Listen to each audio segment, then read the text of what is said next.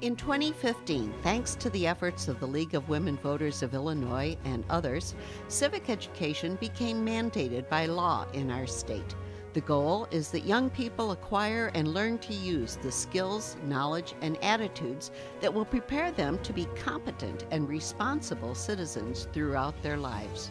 But some of the most powerful messages about civics education are embodied in the actions of our governmental leaders.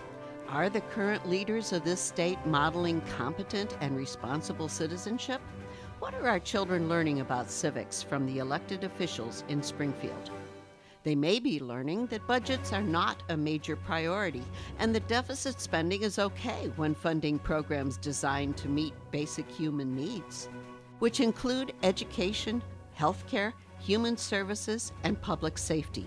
They may be learning that it's okay to fund these essential programs by borrowing against what the state owes the pension system.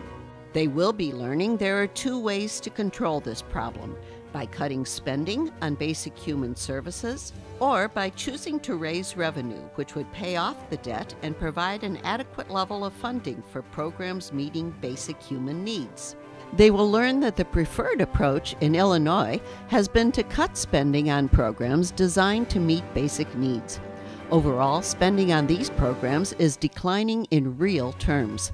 After adjusting for inflation, general fund spending on services was significantly less in fiscal year 2014 than it was in fiscal year 2000. Their textbooks will tell them that research has shown it's irresponsible to cut spending in core human services because for every dollar spent on public services, the economy gets back $1.36.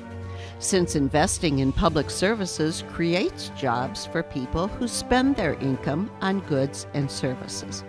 They will learn that the state has resisted raising revenue so much that Illinois' tax rates were permitted to decline this year, with personal income taxes dropping from 5% to 3.75%, and corporate taxes going down from 7% to 5.25%. So now, $4.6 billion less will be available to pay for public services this year. Our students may be learning that governing is essentially a game of chicken. Currently, the governor and our legislators are driving on a collision course, each supporting their own budget plan. Each wants the other to change course before a budget is approved.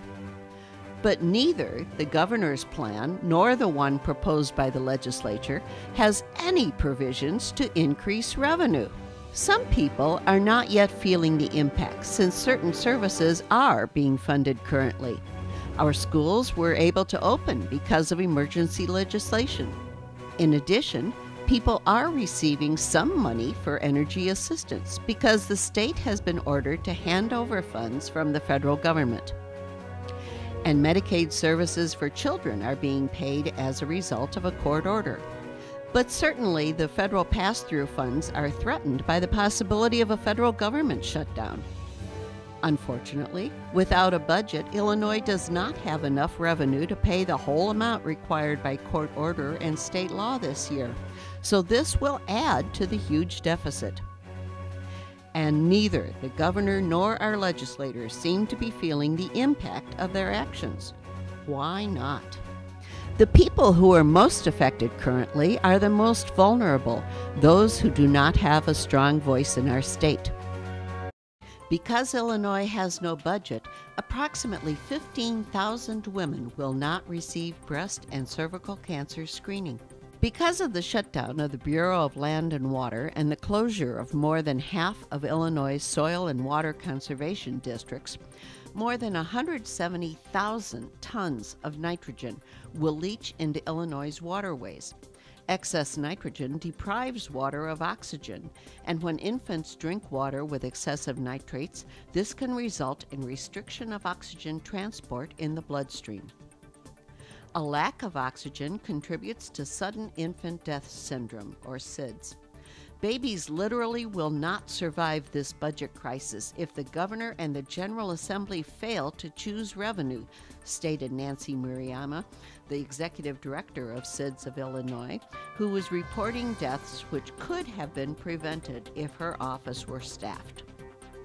The state ended funding for services that help 75,000 survivors of domestic violence in Illinois. Unless funding is restored, many people will need to choose between staying in violent homes or becoming homeless.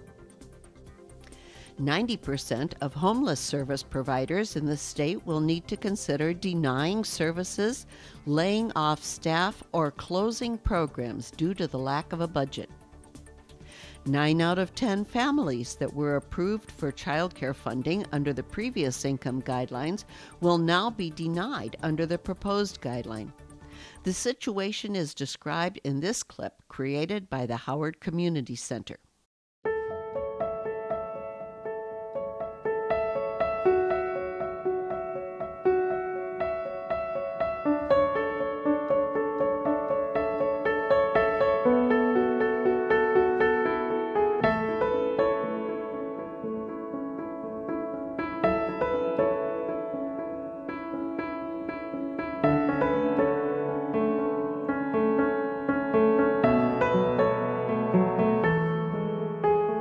If I don't have anyone to watch my child, then I can't work. And if I can't work, I don't have a place to live. I can't provide my child with food. I can't provide my child with clothes. At this point, I can't even afford my child care. And it's not a lot.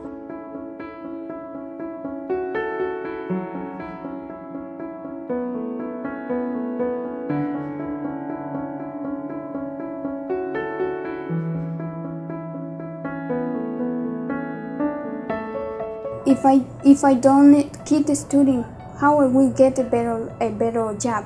How I can help my children? Of course, that will change, and in a bad way.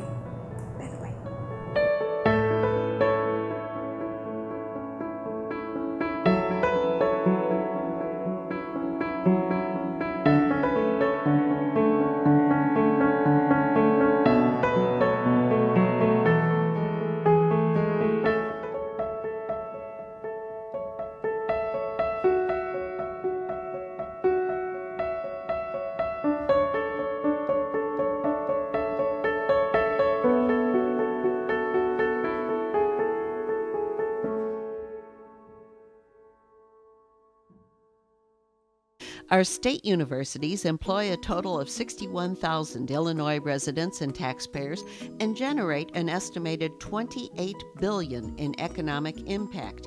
And yet, they're trying to operate with no funding and severe reductions proposed. Students and their families are alarmed about the possibility that financial aid and services will not be available next semester.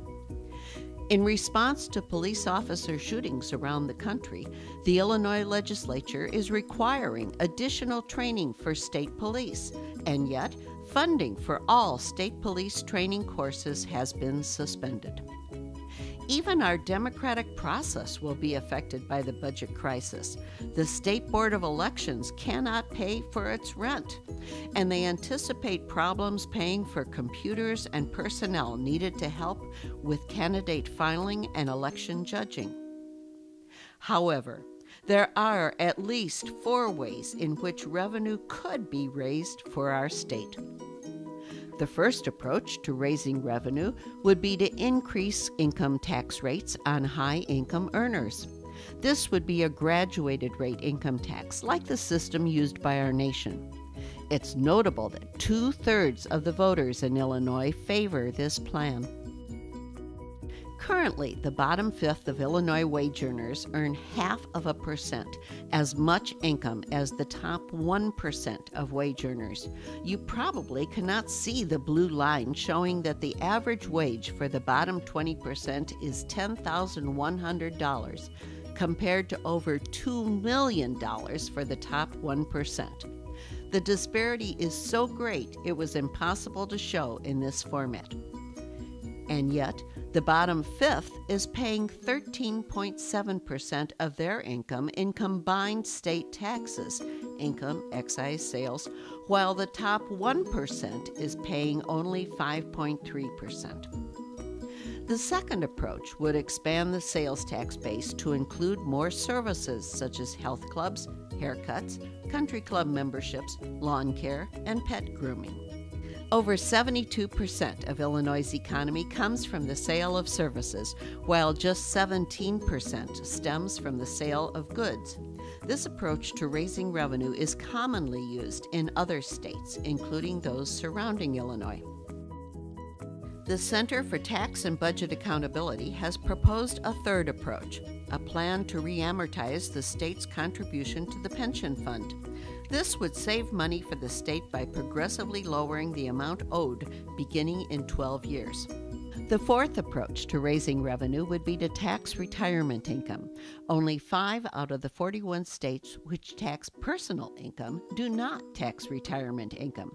Illinois is one of those 5 states. Yet, by 2030, close to 1/5 of Illinois' population will be of retirement age. Using a graduated rate proposed by CTBA, a taxpayer's adjusted gross income would need to exceed $50,000 for any tax to be collected. This would raise over $1 billion for the state. What our students should be learning when they watch Illinois' leaders is that passing a budget is an essential function of government. They must work together to meet basic needs of the citizens. Investing in public services pays back dividends to the state.